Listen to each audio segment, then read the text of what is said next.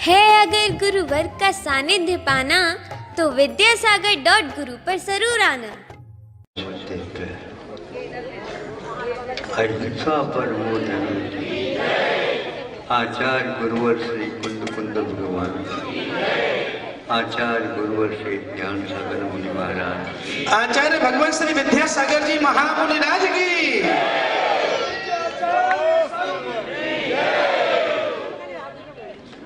आप लोगों ने 5 पांडवों की कथा सुनी हुई।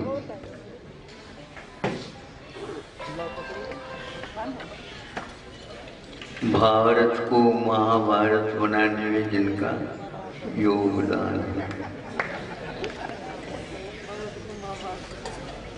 इन 5 पांडवों में से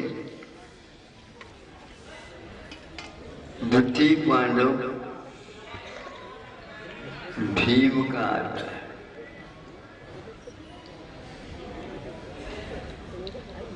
ये भीम शब्द सुनते ही कई लोग कब जाते हैं। जब रणांगन में वे कूद जाते हैं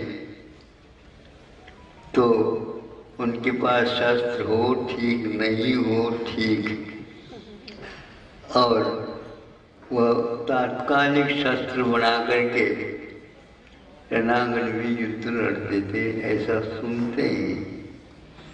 एक बार की बात,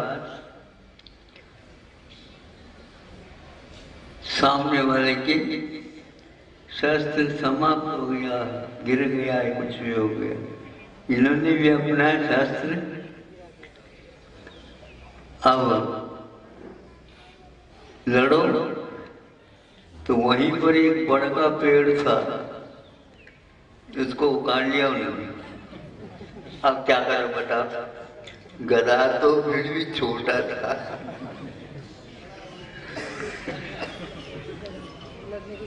ऐसा वीरत्व, ऐसी कायिक शक्ति, वह नाराज संहन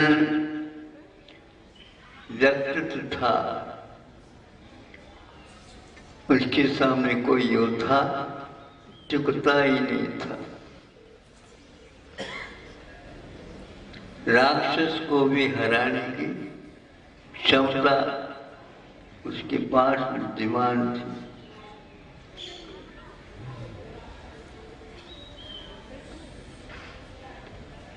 अब ठीक उसके परिणाम परिवर्तित हो गए राज तज पांडव वन को अग्नि तले तन में। जब अग्नि लग गई तो भाग करके जिसने लगाई तो उसको समाप्त कर दे, नहीं,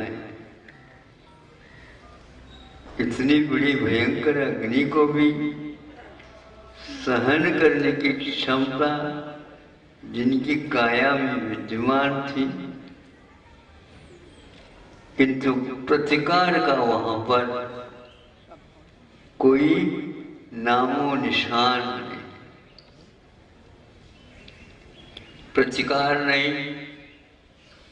जो कुछ भी सामने आया है उसको स्वीकारता देना जिनके जीवन का लक्ष्य बन गया था। किसने यह डाल दिया जलते हुए लोह के आभरणों को?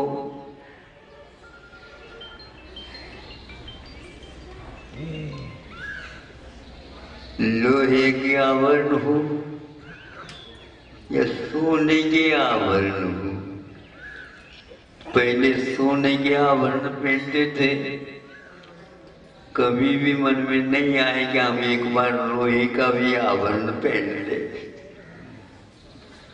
किंतु अब पहनाया गया, झुलूस नहीं लगा शरीर, कोई चित्कार नहीं, कोई मुख पर कोई सल भी नहीं आए, दांते नहीं कटकटाए। मैं होश हवास में होता तो उसको सीधा कर देता। न सीधा है न टेढ़ा है, अपने आप को सीधा बनाना है। आत्मा के इस प्रकार भिन्न भिन्न के जो विचार हैं, इस आत्मा के लिए वह संसार का कारण है।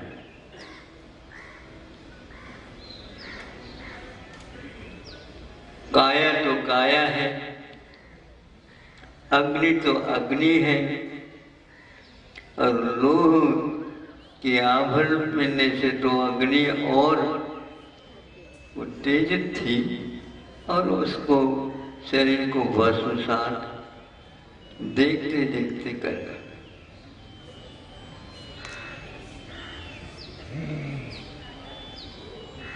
पांचों पांडव जैसे एक हाथ में 5 उंगलियां होती,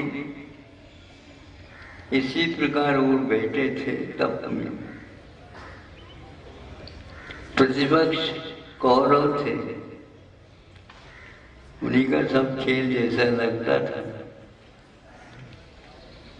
खेल समाप्त होने के उपरांत भी कुछ लोग छल से भी खेलते हैं।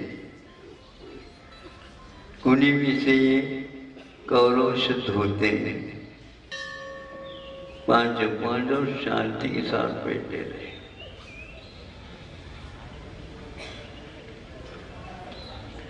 भीम के भीतर कषाय थी, लेकिन कषायों का प्रयोग नहीं किया। आप बहुत बार कह देते महाराज कषाय बताती, उन कषायों में भी क्रोध तो ऐसे भड़क जाता है, क्या बताए। इसका कोई उपाय बताओ। तो वह भीतर है, बाहर आ रहा के जा रहा है, उस समय थोड़ी बहुत प्रभाव 1 सेकंड दिखाना। वो तो जा रहा जाने तो नहीं माना, जाते समय वह ऐसा आग लगा कर ही जाता है। जाता तो है लेकिन आग बबूला हो जाता है।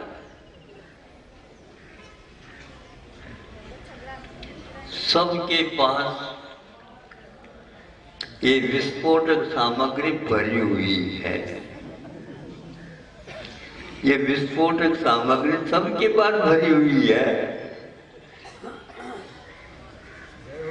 अगर अगरबत्ती लगा देते तो विस्फोट हो जाता है। यदि अगरबत्ती नहीं लगाई जाती कुछ नहीं होगा, वो तो भीतर भीतर रह जाता। भीम ने सोचा अब अगरबत्ती नहीं जलाना, देखिए कैसे विस्फोट होता। और विस्फोट का कारण तो विस्फोट है, होगा वो बाहर न हो करके भीतर ऐसा विस्फोट हो गया, पूरे के पूरे अनंत काल के करों से राख हो गया। स्व को राख करने का मतलब आत्मा को चमकाना। आत्मा कभी राख होती नहीं, ये विश्वास था। और इसी के पीछे तो हमने अनर्थ किए है। उसको सार्थक बनाना जीवन को, यही की मात्र उपाय है। और केवल ज्ञान प्राप्त होकर के मुक्त भी हो गए। अब हमें देखना है, सोचना, क्रोध होता है तो भयानक नहीं, क्रोध हम करते हैं तो भयानक। क्रोध तो आ रहा है जा रहा है, उसका प्रभाव तो रहता ही इतना ही, लेकिन उसको आप ताजा आग मत लगाओ, शांति के साथ वो चला जाएगा।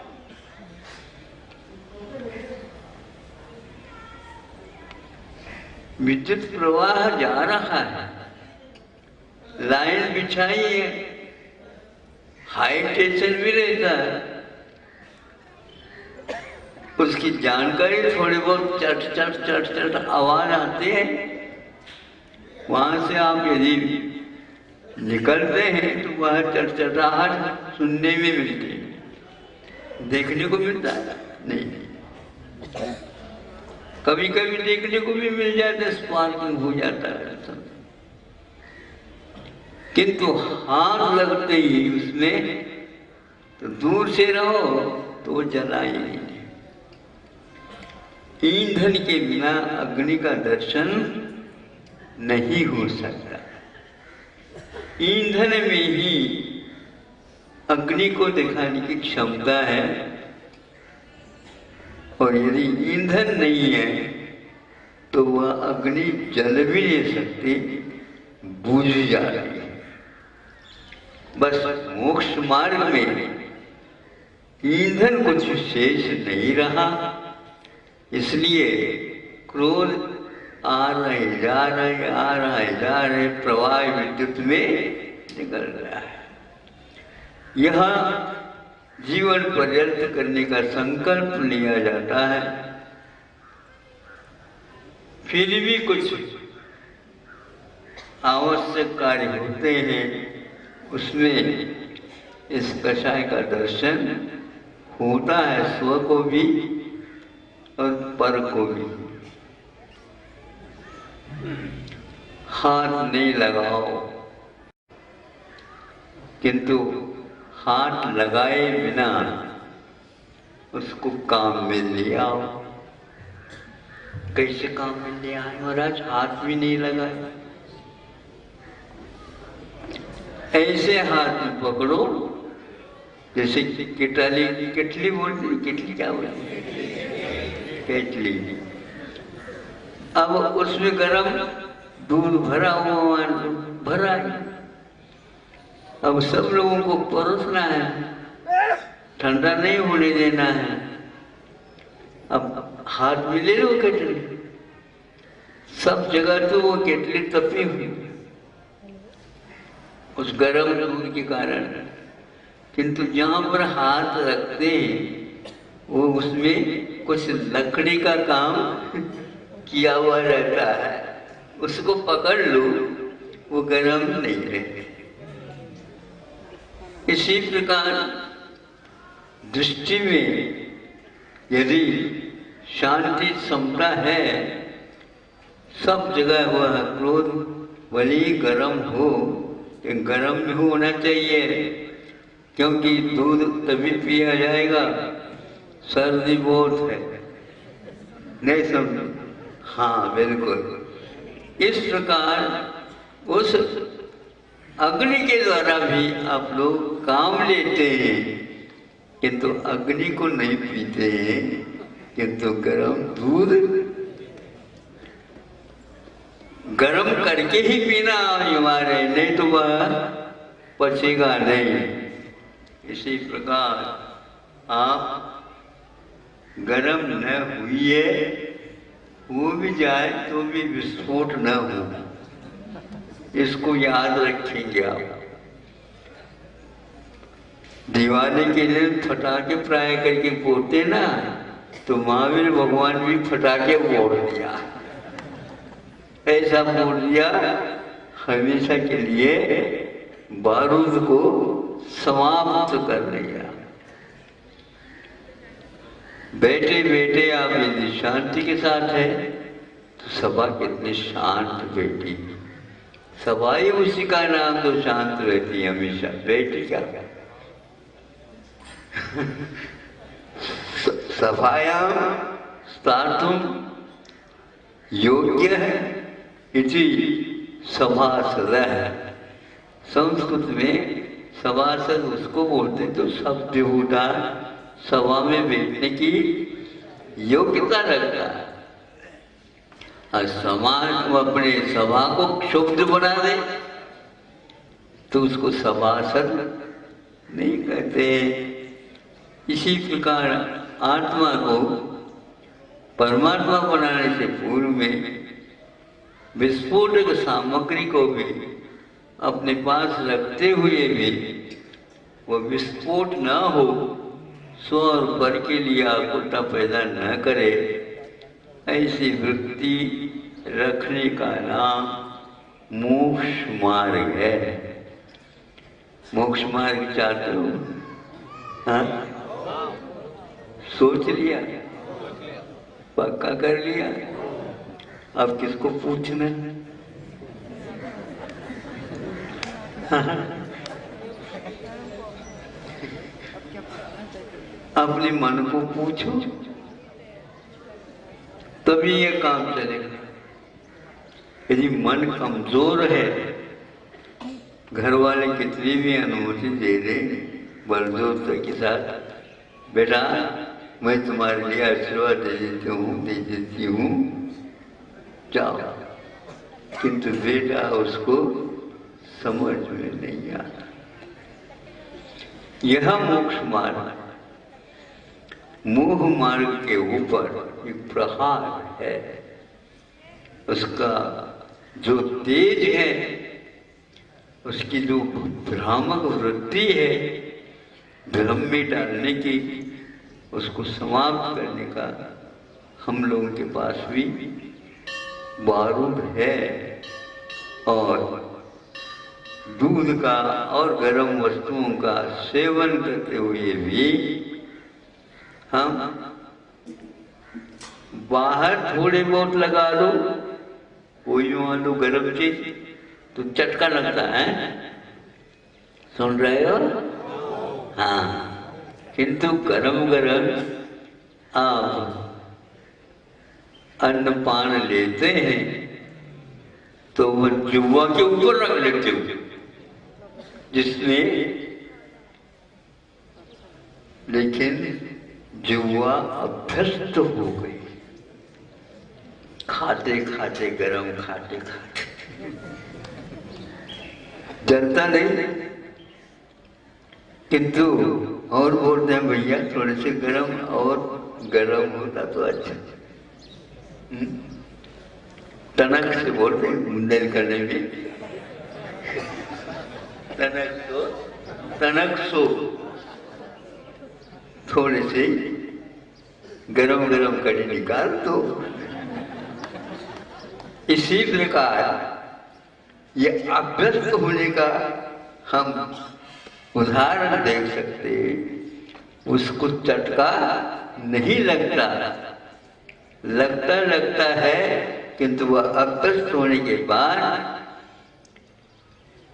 कहीं भी मान लो जल गया, सुन रहे हो कि नहीं?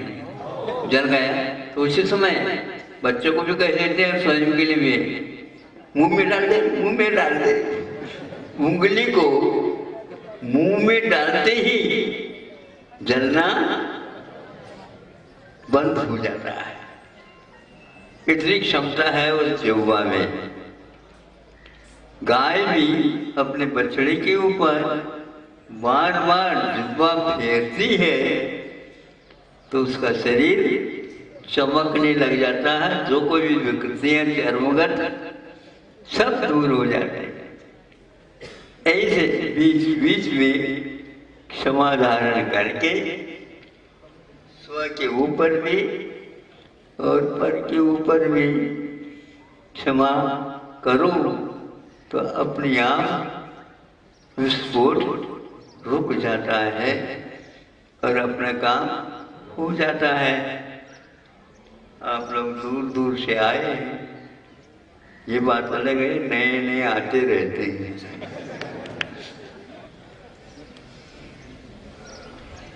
नए नए आते रहते हैं। बहुत 8-8 9-9 महीने हो गए महाराज, तरस गए, काय गिरा रहे, ये स्थिति है। कराड़ी सर्दी में भी आप लोग निकल पड़े तो मंदिर तक आ गए और लौटना और है। 8 9 महीने होने के उपरांत अभी भी वहाँ जिसके प्रकोप चल रहे थे ठंडा नहीं हुआ। अभी अपना बहुत बड़ा रोग विदेश वगैरह में सुनते हैं, पहले की अपेक्षा से प्रकोप और बड़ा हुआ है। पहले जो पहचान में आती थी वह पहचान अब इसमें नहीं, इसके पहचान ही कुछ नहीं है और उससे भी ज़्यादा उग्र है। ऐसे इंग्लैंड वगैरह में सुनते हैं, विदेशों में हैं। भारत में ठंडी होती चली जा रही है, लेकिन विदेशों में पुनः प्रकोप चालू हुआ है और वह तालाबंदी पुनः चालू हो गई। इंग्लैंड में पहले तालाबंदी नहीं करते थे, पहले अभी से करने लगे हो, इतना उग्र है बताते हैं। इसलिए आप लोग सजग रहिए। अभ्यस्त तो हो गए हैं लेकिन आप सोइए नहीं। हल्दी घाटी का युद्ध जब हमने इतिहास पढ़े थे सुना था, युद्ध में जीत एक की हो ही गई थी।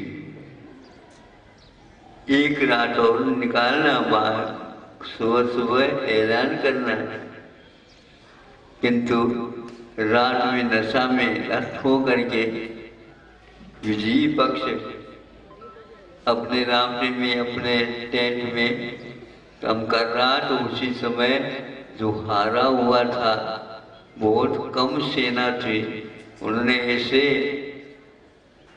उनके ऊपर टूट पड़े और उनको संहार करके विजय प्राप्त कर लेते।